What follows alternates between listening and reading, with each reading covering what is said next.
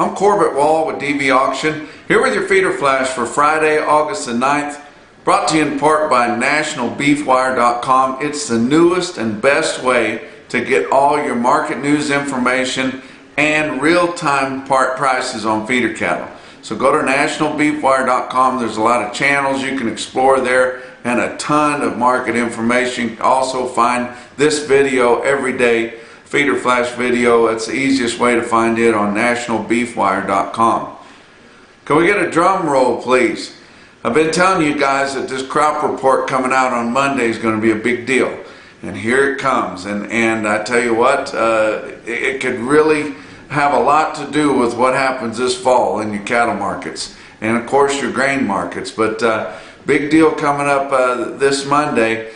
You know, they went back in there in early July. They had 14 Midwestern states that they resurveyed after the June survey because a lot of that those wet places hadn't been planted yet, and things were really up in the air at that time. And then they come out with that report that they had 91.7 million acres that they suspected were going to be planted. Everybody went crazy. It blew everybody's mind. They made fun of them. The USDA inspectors, they laughed about it. They kind of had egg on their face, thinking, how could it be that good when we've seen all these videos all spring about how much flooding there was, how wet it was around, couldn't get in the fields and all that. Well, so they went in there and did that resurvey in early July. Now we're going to find out the results of that. Okay, your estimates, your industry analysts are estimating that it's going to be between 83.4 million acres of corn and 89.8 million acres, and the average is right at 88 million or 87.99.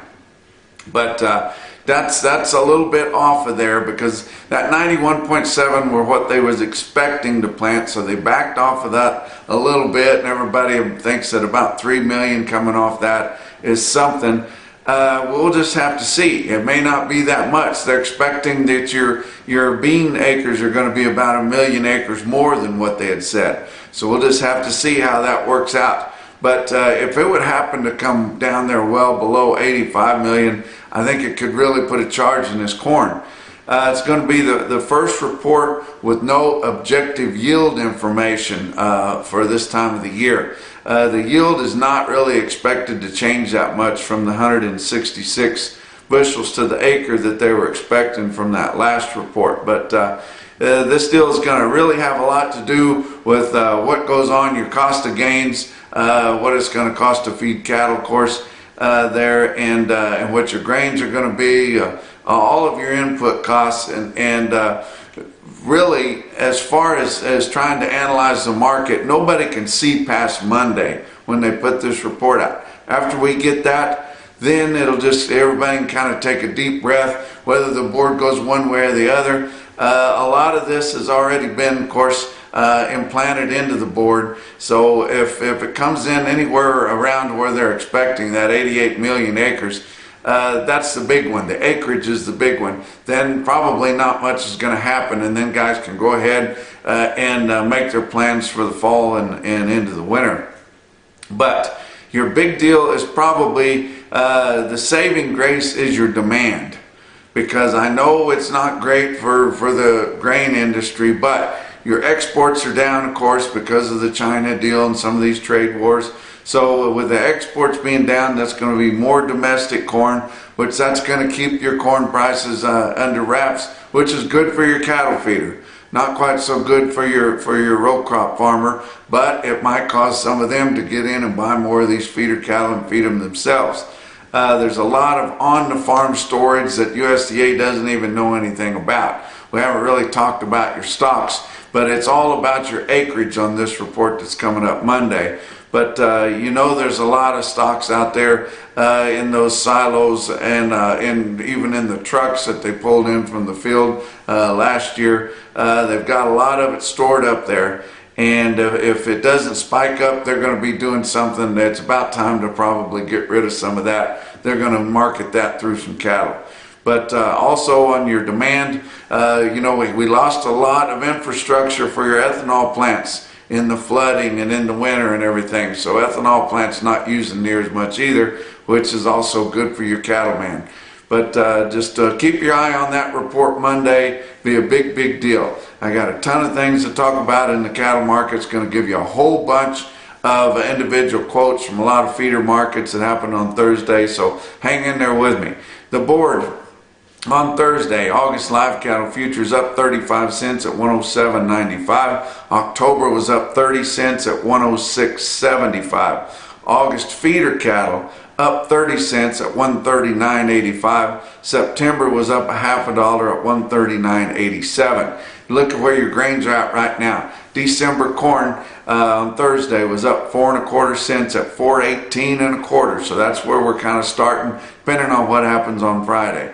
November beans up 16 1/4 at 8.83 even. Your early 2020 hogs were all up $2 or more than $2 on Thursday there. So we gained a lot of ground in some of your ag commodities there. And I don't know if they think that things have calmed down from all the rhetoric that was going on with the trade wars earlier in the week, but nothing's really been settled, guys. But your fat cattle trade has yet to fully develop, although I think it probably is mostly over in the northern plains, but we haven't established the southern plains markets yet. But in Iowa, confirmed sales on Thursday from 181 to 184 dressed, and you're thinking, hey, we had 185 on just about everything earlier. Yeah, they went in there and plucked all those deals that they really wanted, those ones that got the high choice and prime, and the really top cattle that do the best dressing percentage, the best quality grade, everything. They plucked those at 185. Now they're getting into some more regular cattle. Nebraska, about 2,000 head there. A few at 113 1/4. You're thinking, hey, we had 114. Yeah, it's not quite as peppy here late in the week. And your dress market 182 to 183 mostly in Nebraska. Kansas actually had about 3 loads of cattle sell live at 111. It's not going to be any better than that. 111, if I know that was a big disappointment getting 111 last week, and the basis jumpers kind of caused that, but probably we can root for 111 here on Friday and hope that's what happens. We'll have some significant trade sometime on Friday. We just hope to hold 111. There were some 109 bids out there. Nobody really excited about that. But hopefully they'll at least stay hooked for 111. If not, we're just going to continue to lose all of our market position in the southern plains. But did hear Thursday afternoon and early evening, a lot of your northern sales were at 180. And they had several people caving at the 180, the ones that they absolutely wanted to get rid of, but they're thinking there's going to be plenty of carryover. Your packers really need cattle.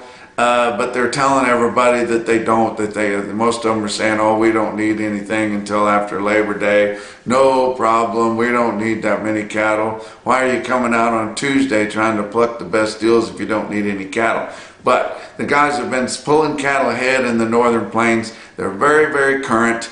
All of our data says that we're very current, so they can hold them another week or two if they need to, but there's going to be some carryover in the northern plains, which they're still going to be current, but they're not going to be short like they've been the last several weeks. But we haven't been able to gain any ground the last several weeks, so you might as well try to do something. Box beef cutout values have been higher all week, and they will be quite a bit higher on the week's weighted average when we get all done for the week, but not the best movement there. But choice cuts on Thursday afternoon, 216.88, up 39 cents for the day. Select 192.37, down 34 cents is all in them. Still almost a $25 choice select spread.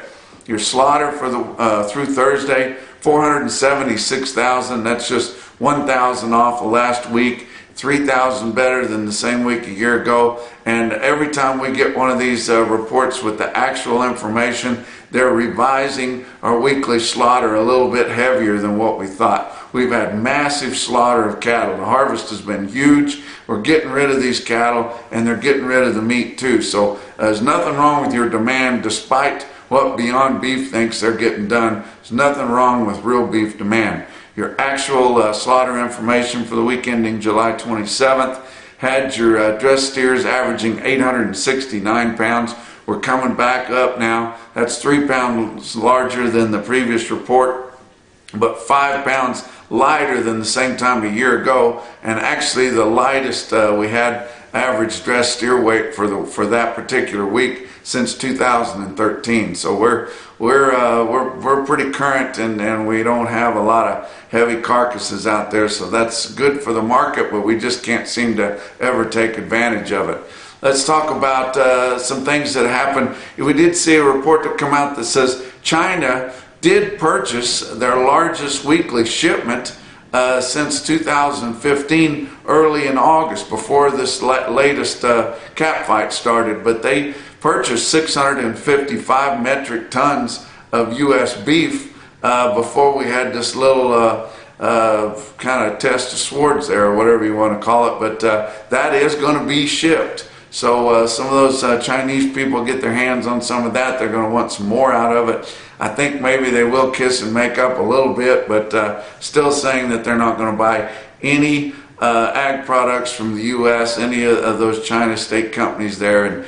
And there are some companies that are from other countries in China that may be able to offer that product, but we're not sure how that's going to work. But did hear some reports on Thursday night that China believes that Trump is going to lose the election, so they're trying to wait out the 18 months or whatever so they can take complete advantage of whoever the Democrat is that would take his place. But most of us Trump trainers are going to hope that that does not happen. And don't you guys forget, you guys that come out of the woodwork and the hills and out on the ranches and back in the hollers and everywhere else that came out and put Trump in there last time, you've got to come out again when it comes time to do it.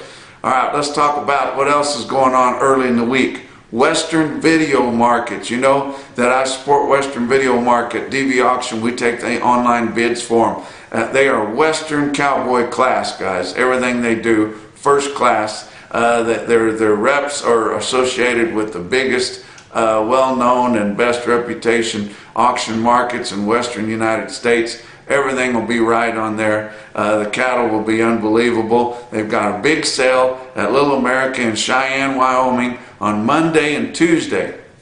But you got to tune in Monday, you guys, because 8 o'clock Mountain Time, they're going to start that sale, and they're starting out with the yearlings. They've got nearly 50,000 head of green grass yearlings, guys, and they'll be some of the best absolute cattle you can find anywhere, and we're about out of them. We've been selling grass yearlings here for the last several weeks. They're all gone out of the Flint Hills. They're all gone out of the Osage. You get up into western Nebraska and you go west from there, and there's still some cattle coming out. They don't do the double stock thing as much, and so there's still a lot of those cattle coming out. But you got to tune in and watch that sale Monday morning. Nearly 50,000 head of yearling cattle, all good steers and a lot of spayed heifers. And then later Monday afternoon, they got a lot of weaned calves running into Tuesday morning, and then they'll get on those fresh calves off the cow whenever they deliver the rest of Tuesday. But watching that Western Video Market, when you tune in there Monday morning, pay attention to some of those consignments they've got. Just got a new one in the supplement lots. Herb and Hershey cattle out of Dillon, Montana. They got around 4,000 head of their yearlings, and the quality will be absolutely second to none. My friend Justin Neeson is the representative for those cattle out of Shasta Livestock out in Cottonwood, California, and it's just a fun sale to watch. You get to listen to all those top Western auctioneers, you know, John Rogers and Rick Machado and all those guys, and it's just a fun sale to tune into. So don't forget to tune into that sale, dvauction.com. Now let's talk about your big sales that happened on Thursday. Pratt, Kansas, 4,100 head after that huge special that they had last Thursday. And the market kind of held together. It held its own, and we haven't had anything really setting the world on fire since then. And that was the biggest special sale we'd had for a while. Was that big sale in Pratt last Thursday. Was actually better than the King of the Ring auctioneer contest because the board kind of killed things last Friday. But 4,100 head in Pratt Feeder steers were mostly $1 to $3 lower. There was some spots that was more because of the different reputation consignments that they had during that big special, but kind of holding things together. And actually the feeder heifers were steady to $3 higher. So a good sale at Winter Livestock in Pratt, Kansas. Now, Farmers and Ranchers Livestock, Salina, Kansas, had a good sale there, and that would be north central Kansas, 3,600 head there. It rained hard early in the morning, and I don't know if that improved people's moods or not, but they said a lot of rain come in there early on Thursday morning. But feeder steers, the 7 to 800 pounders were $1 to $5 lower, but the 8 to 950s, where most of them were coming off grass, there were $2 to $3 higher. Feeder heifers had a higher undertone, but didn't have that great of a test a week ago. Let's go on down south, back south in the southern plains again. Enid Livestock Market. Young fella there named Dakota Davis. Good guy. I've talked with him a lot on the phone. We messaged back and forth.